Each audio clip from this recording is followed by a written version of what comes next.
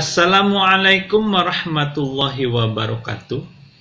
Teman-teman, dalam video ini kita akan mempelajari hal tentang pengukuran dan pengukuran statistis. Apa itu pengukuran? Bagaimana sebuah pengukuran akan disebut sebagai pengukuran statistis? Mari kita bahas bersama-sama.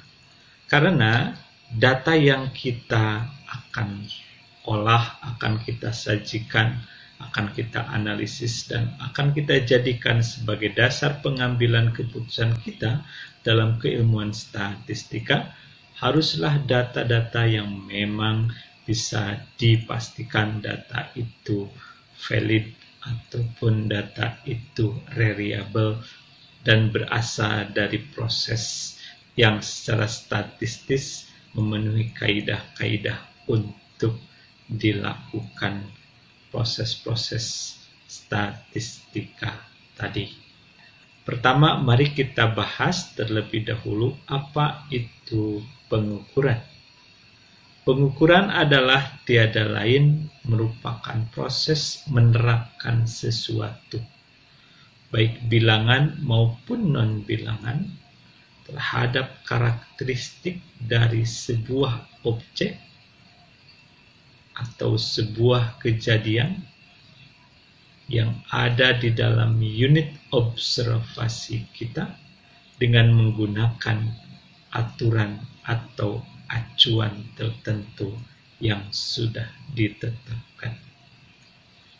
Misalkan, kalau kita mengamati pengunjung mall yang lewat, kita akan mencatatnya berdasarkan jenis kelaminnya. Maka ketika ada seseorang dan tampilannya memang diidentifikasi sebagai laki-laki, kemudian di dalam pencatatan kita tuliskan responden pertama misalnya adalah laki-laki. Kalau yang lewat memiliki identitas atau terlihat identitasnya sebagai perempuan, kita tulis perempuan. Berarti sekarang kita beri sesuatu dalam bentuk non-bilangan. Apakah bisa dalam bentuk bilangan? Tentu saja bisa. Misalkan sebelum pencatatan dilakukan, kita sepakat bahwa akan memberi kode 1 bagi laki-laki dan 2 bagi perempuan. Maka ketika ada seseorang melewati pintu gerbang utama mall dan diidentifikasi bahwa dia perempuan, maka kita beri kode 2 sebagaimana telah ditentukan sebelumnya. Ada juga yang mungkin kita amati kejadian atau event tertentu yang dialami. Misalkan, kalau ingin mencatat bagaimana seseorang mendapatkan hasil ataupun mengalami sesuatu dibandingkan dengan ekspektasi atau harapan sebelumnya, kemudian kita beri pilihan bahwa 1 sangat bahagia, 2 bahagia, 3 biasa-biasa saja, 4 sedih, 5 sangat sedih. Jadi ketika seseorang mengalami suatu kejadian, kita minta menyebutkan ataupun mengungkapkan bagaimana perasaannya, maka orang tadi bisa memilih kode antara 1, 2, 3, 4, dan 5. Tentunya, kalau dia merasa sangat senang, maka dia akan memilih kode yang sesuai yang dia rasakan, yaitu 1. Bentuk contoh pengukuran yang lain, misalnya kita akan mengukur berat badan seseorang dengan timbangan digital. Maka angka yang muncul di dalam timbangan tersebut, misalnya 75,55, dan kita catat berarti itu juga merupakan proses pengukuran. Dan kita menerapkan satu bilangan tertentu sesuai dengan yang ditujukan oleh timbangan digital tadi. Ini hasilnya adalah bilangan. Dan seterusnya. Jadi proses pengukuran ini sering sekali kita lakukan dalam kehidupan sehari-hari. Kemudian, bagaimana sebuah pengukuran akan dikatakan sebagai pengukuran statistis atau memenuhi kaidah dalam ilmu statistika. Teman-teman, ada 3 kondisi sebuah pengukuran dapat dikatakan sebagai pengukuran statistis. Pertama, pengukuran yang dilakukan terhadap satu buah unit observasi, namun dilakukan berulang pada beberapa waktu yang berbeda.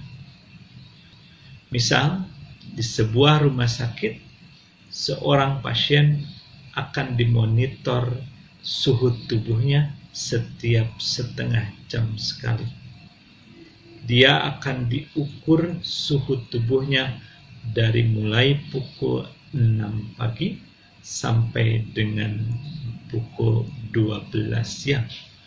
Maka untuk bentuk pengukuran seperti ini akan diperoleh 13 buah data suhu tubuh yang berasal dari seorang pasien yang dimonitor tadi.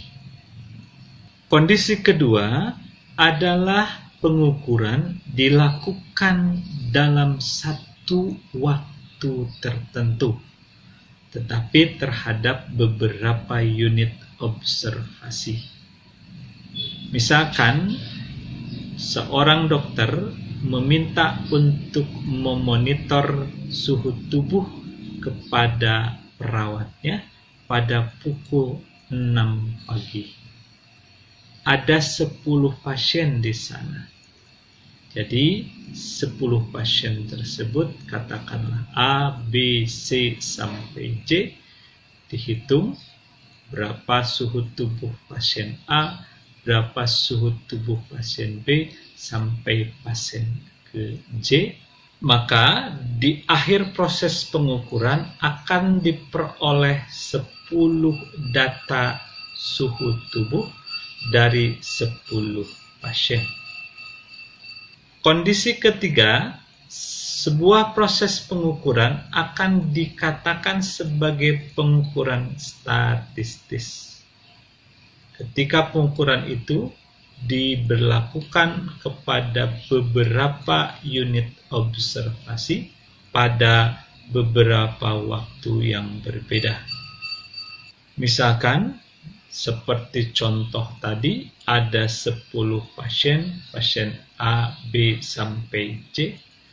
Kemudian dimonitor suhu tubuhnya dari pukul 6 pagi sampai 12 siang dan diukur setiap setengah jam sekali.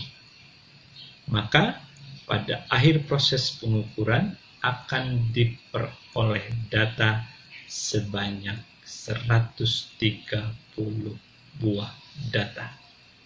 Nah, dari ketiga kondisi tersebut dapat kita simpulkan bahwa proses pengukuran akan disebut sebagai proses pengukuran statistis apabila pengukuran tersebut tidak hanya menghasilkan sebuah data, tetapi harus beberapa buah data.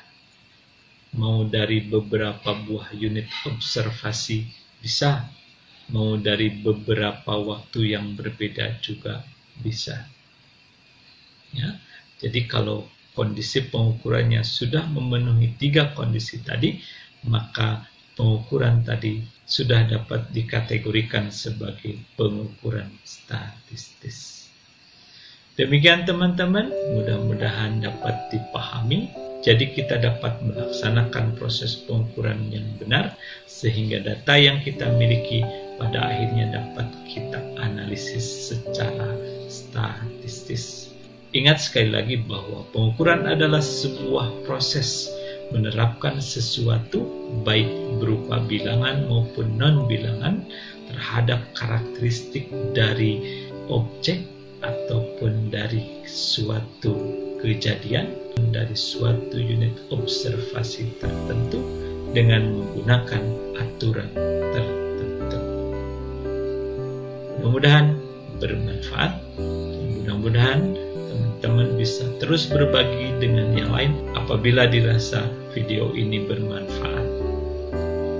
Terima kasih banyak. Assalamualaikum warahmatullahi wabarakatuh.